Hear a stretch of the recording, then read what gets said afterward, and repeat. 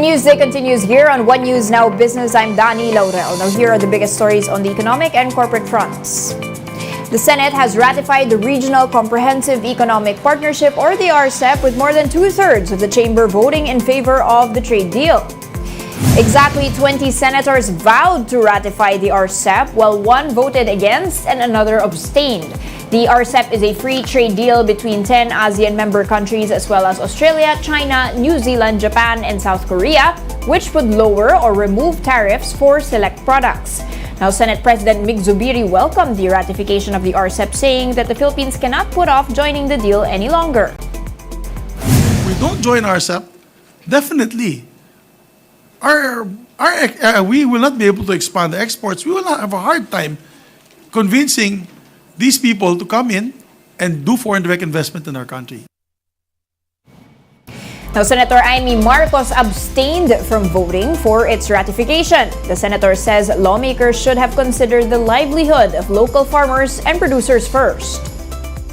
Ang aking paninindigan hindi bilang kapatid sa kapangyarihan, kundi bilang anak ng legasiya ng aking ama, na laging unahin ang maliliit, ang mga nagsasaka ng lupa at ng lahat ng mga nangangailangan.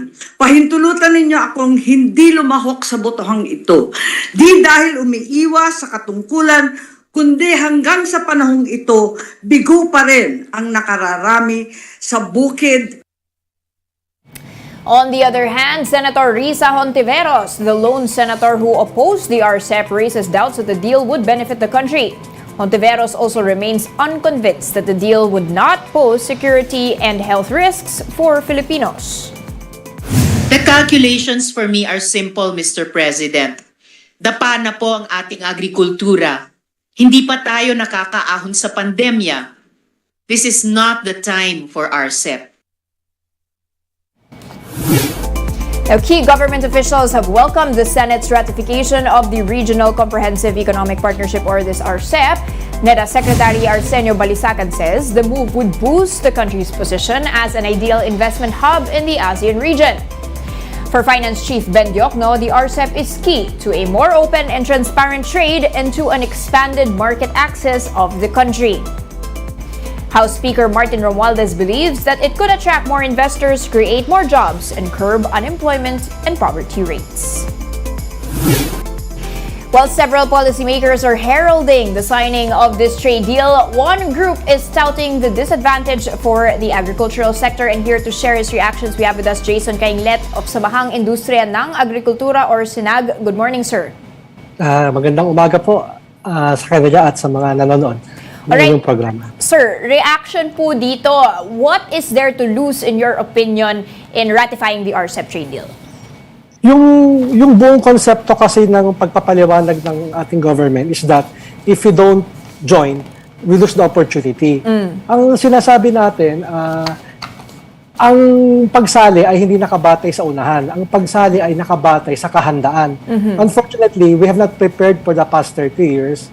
Kaya ang talagang maiiwan, yung hindi naghahanda. But if you prepared, hindi ka maiiwan eh. Kahit i-ratify mo siya next month, next year. We should have learned the lessons from China and Vietnam and even India. India, in fact, did not join RCEP because they recognized na lugi yung kanilang agriculture sector. For Vietnam and China, they joined the WTO, yung free trade regime, 5-10 years after na pumasok ang lahat ng bansa sa RCEP. So ang sinasabi natin, yung rosy predictions, yung mga fantastic benefits that they're saying, we've heard that for the past 30 years. And obviously, hindi to nangyari. And in fact, reverse yung naging rosy predictions nila. Imagine saying 500,000 jobs annually ang makikreate, magiging positive ang ating trade deficit sa agriculture, lalaki ang export earnings by 6 billion a year.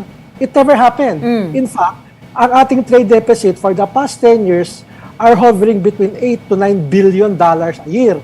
Okay. We've lost jobs sa agriculture po from 50% ng labor force, now it's down to 20%. Yung GDP ng agriculture po natin, we started 40-45%. Now it's just 20-25%. So sinasabi natin, all those rosy predictions, kabaliktaran po ang nangyari. Okay, sir, to clarify lang po, no, these issues that are hounding the agricultural sector, which you have well pointed out, paano niyo po masasabi that that's related to the free trade agreements and not simply dahil marami lang talagang problema sa agriculture industry natin? Related siya kasi we've been a net food exporting country before. Okay. We were self-sufficient. Ang laki ng bahagi ng agriculture sa GDP. It employs 50% ng labor force. Lahat siya nawala nung sumali tayo and we did not prepare. Hindi natin pinaghandaan yung sector. Ang sinasabi natin ngayon, in fact, kaya ano yun they've recognized that reality. Kaya they've created oversight committees daw. They've drafted guidelines within the RCEP. Kaya lang ang problema naman natin, yung RCEP is either you take it or you leave it. Okay. Wala namang exemptions yan. So sinasabi natin, ma'am, yung guidelines, in fact, yun yung kanilang pag-amin na talagang may problema yung sektor ng agrikultura. Okay. Sir, can you point out what alternatives would we have instead of joining the RCEP? Would you agree to just extending, for example, tariff reductions because we have to balance then the food supply and be able to still import at a lower rate for especially for consumers. So paano po mangyayari yun if wala pong free trade deals? Actually, yun ang medyo may daya. In fact, mababa na yung taripa natin. Yung sinasabi nilang tariff sa pork and chicken that were not covered by RCEP, hindi naman tayo nag-import ng chicken and pork from RCEP countries. Okay. Yung bigas, it's ASEAN. So, we get 75% of our rice sa Vietnam. So, it doesn't matter. Ang point natin, it doesn't matter if you are part or not part of RCEP, we can still have those trade deals. Last week po, just citing one example, the Senate President was citing durian. Okay. Sabi niya, with RCEP, makakapasok ng durian sa market. In fact, ang Thailand has been exporting 40% or 50% ng needs ng China ng durian without the RCEP agreement. Ibig sabihin, ang magpupush ng China to accept your durian is not RCEP, but quality, standards, export management, at yung ease of doing business with you. Ang Vietnam, just last year, pumasok na rin sila sa durian sa China, hindi rin RCEP ang basis. Kaya sinasabi natin, maraming nilalamp sa RCEP na hindi naman talaga yun ang dahilan. Sir, just to clarify your position po, are you still in favor of joining RCEP pag prepared na tayo? Or are you saying that, as it is, okay naman na if you mentioned na meron naman tayong bilateral agreements with specific countries, okay na ba yan? One, ang sinasabi natin, we could still enjoy yung benefits because we have bilaterals with all these RCEP members. Number two, kung gusto mong sumali, maghanda ka muna. Okay. Obviously, it's a given, even the government accepts na at the losing edge yung agriculture sector. Ang sinasabi natin, maghanda tayo and then let's talk RCEP. Paghanda na tayo. Okay, sir, what about the export industry? Meron bang magigain from RCEP? They're citing cacao, pineapples, pero lahat naman yan export winners na. Well, especially pineapples. Wala namang mababago sa export natin ng pineapples whether we are part of RCEP or not. Okay, now let's backtrack a little bit, sir. Now we're around 8-9 months into President BBM's tenure as Agri-Chief or Agriculture Secretary. Any market improvements in this sector, especially as you mentioned, we need to be ready. Dapat handa tayo before joining this free trade agreement. Meron ba kayong nakikita na steps na, of readiness or preparedness? Unfortunately, wala. In fact, nung pag-upo ng presidente, sinabi niya, hindi pa ready ang sector. And so we are banking on that statement ng president. Wala naman sinabi ang presidente na sumali tayo ngayon. I mean, all statements are coming from the cabinet and Malacanang. Pero hindi mismo sa presidente. In fact, can you imagine the president's sister abstaining? Ibig sabihin, alam nila yung laki ng problema ng sector. Kaya, yun ang sinasabi natin, maghanda tayo. That's one. Number two, yung sibuyas na lang we've been talagang duguan tayo sa presyo ng sibuyas. Pero meron na bang nagawa? Nahuli na ba? May na-prosecute ba na cartel o hoarder ng mga sibuyas? It's been there for the past 4 months pero wala naman So, how can we be assured of guidelines or oversight work Yung sibuyas nga hanggang ngayon, they can pinpoint who to blame. Finally, sir, what's your outlook on the sector, no? Because there are a lot of things out of our control, like yung fertilizer prices dahil nga sa war in Ukraine, natural disasters. Can you say po that despite all of these, some things in the agri-space could have been avoidable, could have been better? Itong problema ba ng onion, hindi ba yan issue na out of our control? Unfortunately again, yung issue ng onion is governance and regulation matter. Kung naganda sila, nag-import sila prior sa harvest season, dapat naiwasan itong apparent shortage. Sa ngayon, talagang ang implication, pumasak na yung sibuyas, bumagsak yung farm gate ng farmers, and yet hindi naman bumababa significantly ang presyo sa market.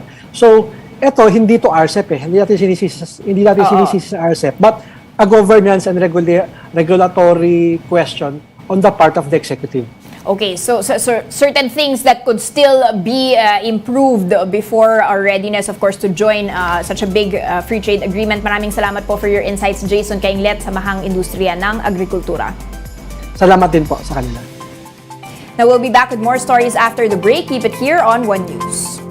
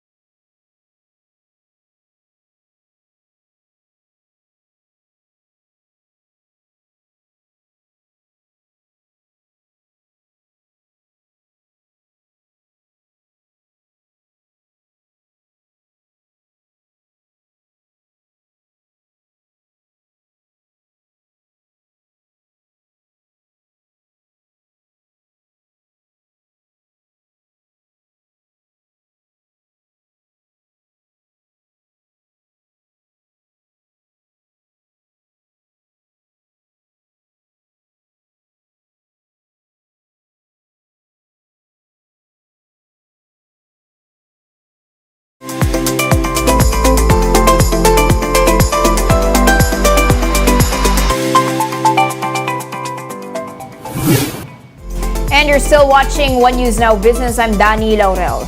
NEDA Secretary Arsenio Balisacan hopes that inflation will ease starting next month as food supply is expected to improve. And with prices still elevated, Balisacan said the government is focusing on giving aid to the poor and vulnerable sectors. Inflation rose to a new 14-year high of 8.7% in January, prompting the Bangko Sentral to raise interest rates by another 50 basis points. This brought the key rate to 6%, its highest level in nearly 16 years. We are hoping that we see a plateau already of that inflation and next month kasi January, February, March, that's a good harvest season for our farmers, and and we did not have any major typhoons during the last few months. President Bongbong Marcos met the National Innovation Council for the first time since he took office last year. According to Socio-Economic Planning Secretary Arsenio Balisacan, the council presented the updates on its long-term goals to improve innovation governance. The president also approved 6 executive members for 2023 to 2026, with the 7th slot to be filled by a climate change expert. Meanwhile, the president also met with Converge and Keppel Telecommunications and Transportation. Now, after the meeting, Marcos Jr. welcomed the two companies' joint undertaking of a submarine fiber optic project. Marcos Jr. said the project would allow the country a bigger bandwidth and faster internet connection, which would improve communications in the country. The Metropolitan Waterworks and Sewerage System reports that the Kaliwa Dam is now 22% complete. The water regulator said it hopes to finish its construction by 3 years, with operations commencing in 2027. The Kaliwa Dam, which is located in Rizal and Quezon provinces, is expected to supply 600 million liters of water per day to NCR and the nearby areas. At least 66 families in the area need to be relocated, while over 400 households are expected to be affected. Now, several groups of indigenous people continue to express their opposition against the construction of the Kaliwat Dam.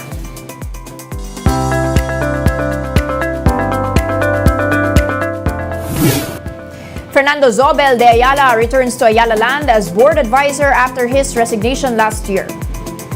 Last September, the company announced that Zobel de Ayala stepped down from the board and as chairman to focus on his recovery and health.